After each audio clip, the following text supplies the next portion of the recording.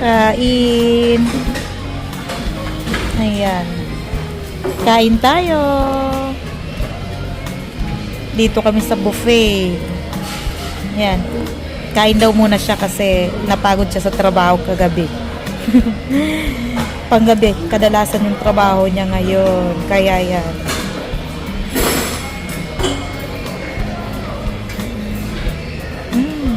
Masiso. Masarap daw yun. Thank you, Lord. Kain tayo.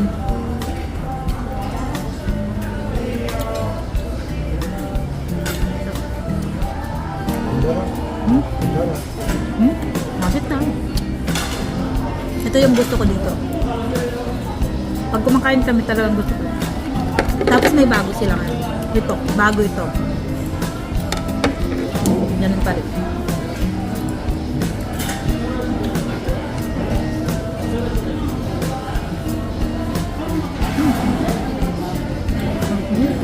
Talagang masarap. Kaya lang hindi ako sanay na walang rice. Mag-rice tayo.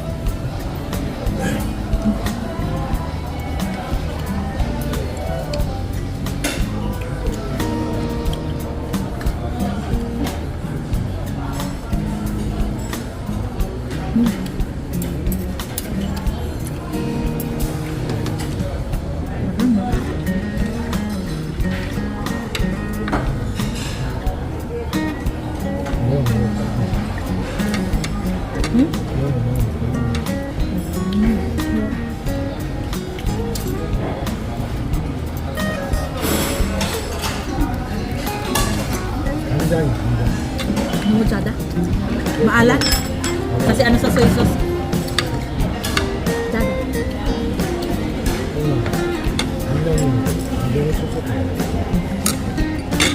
Masarap sa kaya lang maalat.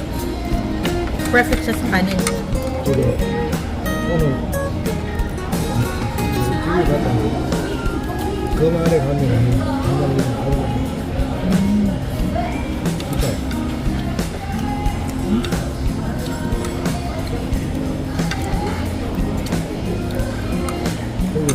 Maalat siya, maalat.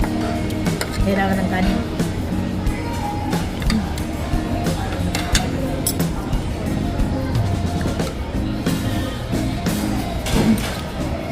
Higit mo ito. Ano siya?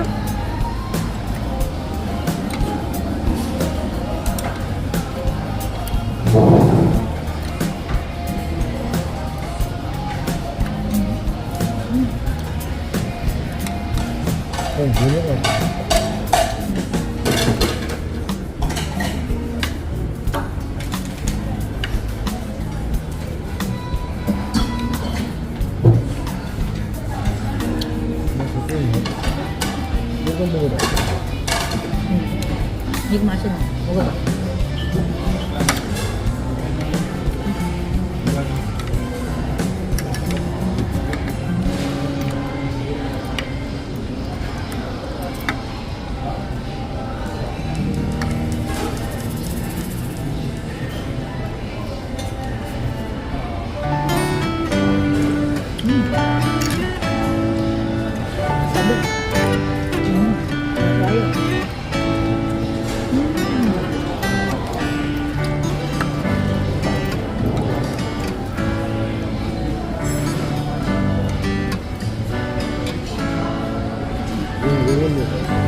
Tua.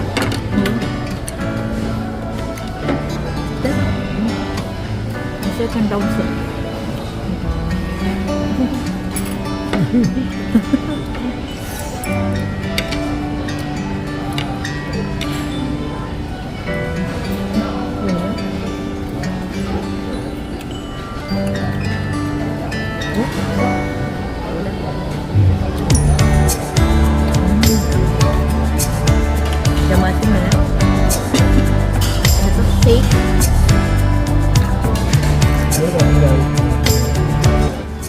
Busog na busog ako. Nag-ano kasi yung asawa ko. Hindi pa yun nakatulog ng maayos. Kasi kagabi nagtrabaho siya. Tapos pagdating niya kanina umaga, ano lang siya, naka-edit lang siya yung ano, wala nga isang oras. Hindi na siya makatulog. Ay, ma, bumangoy. So, hindi na siya makatulog. Tapos sabi ko sa kanya, kasi may kasalanan ako. Sabi ko may kasalanan ako kasi last week, bumili ako last week ng dress sa online. Tapos, yung long dress siya, tapos bulaklak, may bulaklak siya. Maganda, sabi niya, nagsinuot ko, sabi niya hindi bagay sa akin. Hindi raw bagay sa akin kasi mataba ako, mataba, mas malaki akong tingnan. Sabi ko, gano'n na talaga yung katawan ko. Eh ngayon, nung Martes, yung dress, plinansya ko. Sabi ko, isusuot ko siya Miyerkules. Masakita. Eh, yung plancha pala, baliktad, hindi ko napansin na baliktad yung pag-set ng siya. Akala ko yung tinignan ko, sabi ko, siguro na ito. Yung mababa lang, nakaset siya sa mababa. Yung pala, nakaset yun sa sa napakainit. Kaya pag diin ko, unang diin ko pa lang, dumikit kagad na yung damit, wala na. Sira na. Sunog na, butas na. Parang mayak si Undit kasi sabi niya, wala na. Nasira na yung damit ko. Tapos yun nga, sinabi ko sa kanya kanina na yung kasalanan, sabi ko may kasalanan ako. Yung nabutas nga, yung dress na binili ko, hindi ko pa na isusuot na nabutas na. Nasunog ko.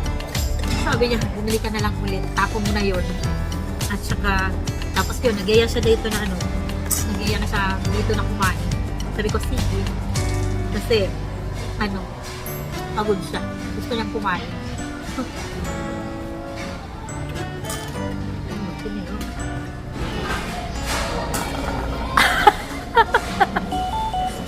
Pinapatunog niya. We? Tsada. Malamig daw. Talagang malamig yung shake. Masarap yung nila. Ubus na kaagad niya yung soup niya. Kain pa daw siya. Akala ko busog na siya. Yung asawa ko kasi talaga siya sa pagkain. Hilig niya yung pagkain. Nagaya siyang kumain dito. Sabi ko, sige. Kasi pampatanggal ng pagod niya. Yung pagod niya kasi yung trabaho niya. Minsan, last week, straight 2 days. 2 days yung trabaho niya. Straight yun, Lunes, Martes. Umaga, gabi, ganyan. Halos, sabi ko walang tulog 48 hours. Pero sabi ko sa kanya, pag medyo minsan kasi paglilipat sila, habang nagre-ready pa, sabi ko, umidlip siya. Mag-idlip siya, saglit. Kasi mahirap yung magdadrive siya. Gumagawa kasi ng kalsada. Nag-asfalto.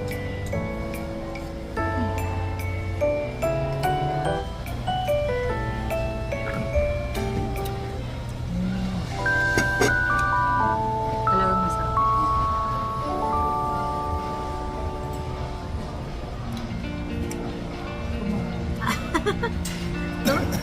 Kakain pa daw siya niyan. Yan ang gusto niya. 얘는 오징어처럼 생긴 한치. Yan ang gusto niya. Paano siya sa